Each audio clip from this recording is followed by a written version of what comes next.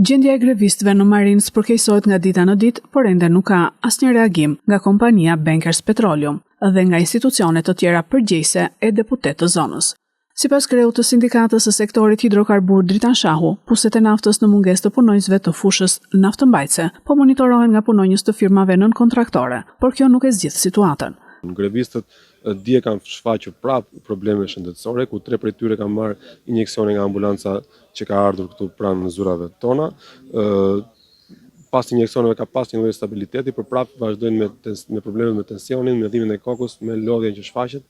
A ka patur një reagim të deri si nga kompania apo qoftë edhe nga qeveria shqiptare? Jo, nuk ka pas një reagim deri tani dhe kjo duket një farë papërgjegjshmërie që punonjësit lënë vendburimin e naftës, vendburimin më të madh të naftës në Shqipëri dhe më gjërë, dhe këtu operohet deri tani me disa nga nën-kontraktorët e shoqërisë Bankers, duke futur punonjës edhe në profesionet që atyre nuk u takojnë, duke u bërë kështu lajm dhe rrezik për jetën e tyre dhe shëndetin e tyre, pasi janë jashtë profesioneve që ata kanë përditshmëri dhe detyrohen të bëjnë dhe punë të tjera.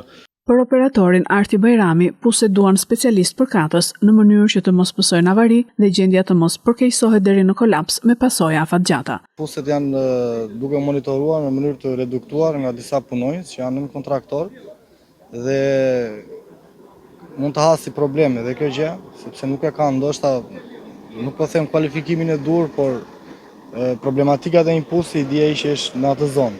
Dhe kjo do ketë një efekt zinxhir, sepse mos monitorimi në mënyrën e dur sjell pasojat e një pus. Do bllokimi, do vi sonda dhe kjo është efekt zinxhir që ka kosto.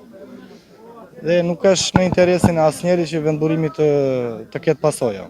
Ndërkohë grevistët, të cilët kanë patur përkeqësim të gjendjes shëndetësore, Eduard Selami dhe Pledar Dano, pohojnë se mbeten të vendosur për të qëndruar të palëkundur në kauzën e tyre, teksa paralajmërojnë edhe për shkallëzim të mëtejshëm të grevës së urisë. Kemi pasur edhe hallë familjare, dikujt i ka ndodhur një fatkeqësi edhe nuk kemi dalë në ky vend këtu, edhe nuk do dalim derisa të mbushen kërkesat tona.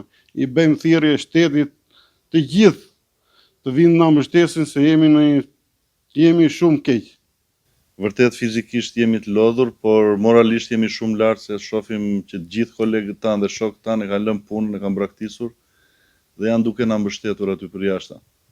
Të gjithë kanë dëshirë të hyjnë grevurie, por ne s'kemi ambiente për momentin, por po e mendojmë me këtë pjesë.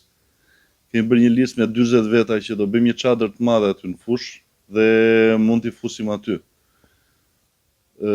Diçka tjetër, jam shumë kurioz me këta deputetët që para votimeve na vinë dhe na bëjnë vëllezër, kushurinj e të afërmit tanë. Nuk e di, gjithë këta njerëz janë mbledhur këtu, 10 veta në grevurie. Kanë një interesim nga këta, apo kanë një ndjeshmëri nga këta, të paktën nga ana njerëzore, nuk po flasim politike apo diçka tjetër, se ne jemi këtu, jemi zero politik gjithë. Si grevistët, ashtu edhe punojësit të cilët vijojnë grevën me bojkot pune, theksojnë se janë të vendosur në ndalimin e punës deri në arritjen e një zgjidhjeje konkrete, ndërsa paralajmërojnë edhe ashpërsim të grevës në ditët në vijim.